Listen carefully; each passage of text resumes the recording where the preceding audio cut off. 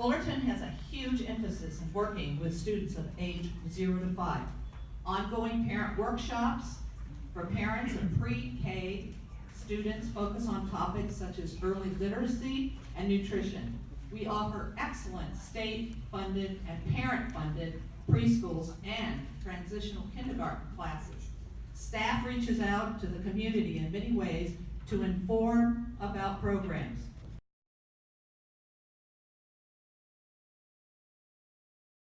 However, it's clear from the indicators that we aren't reaching our goals yet. And I think it's also clear that maybe people on the board and people in the administration, as hard as they're working right now, and the really wonderful programs that already exist right now, maybe aren't able to see the gaps that still exist. And so what I would like to do is to be able to talk more to the parents, to have more town hall meetings, be able to listen more, and find out what it is that we don't already know, to be able to fill in the gaps that are happening right now.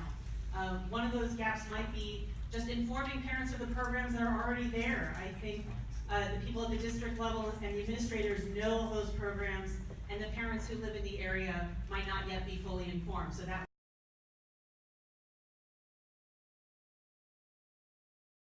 today in 2018 is not like what we were all accustomed to.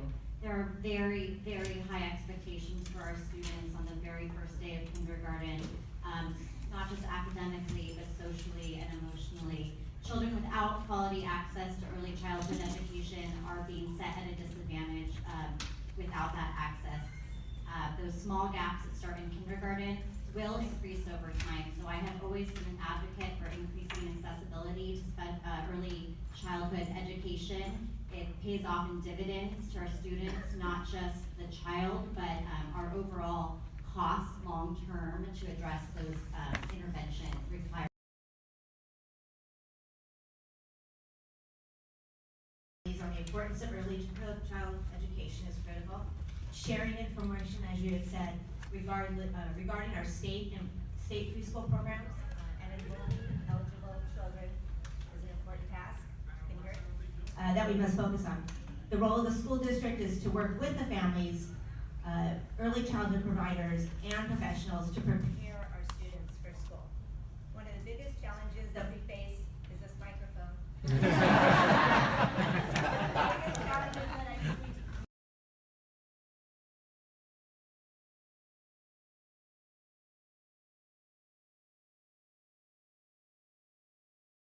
What policies would you support to reduce the suspension rate for all these students?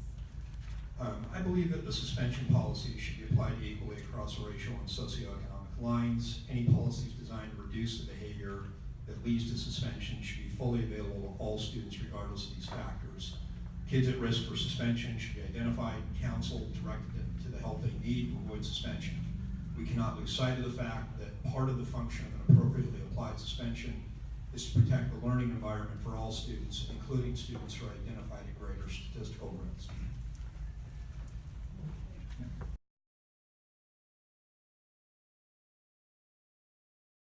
Act out because they are not sleeping well at home, not enough meals, not enough physical activity, fighting at home. All stress that is at home, a child takes with him or her to school.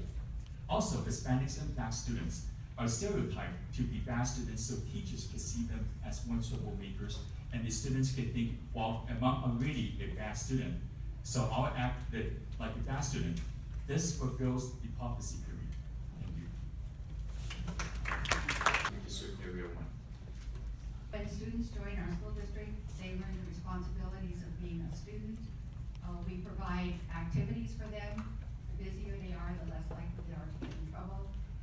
And when they're on suspension, they're not at school, they're not learning. So our goal is to keep them in school. When they okay, so we're just answering 1 minute. the district's relationship with the employees.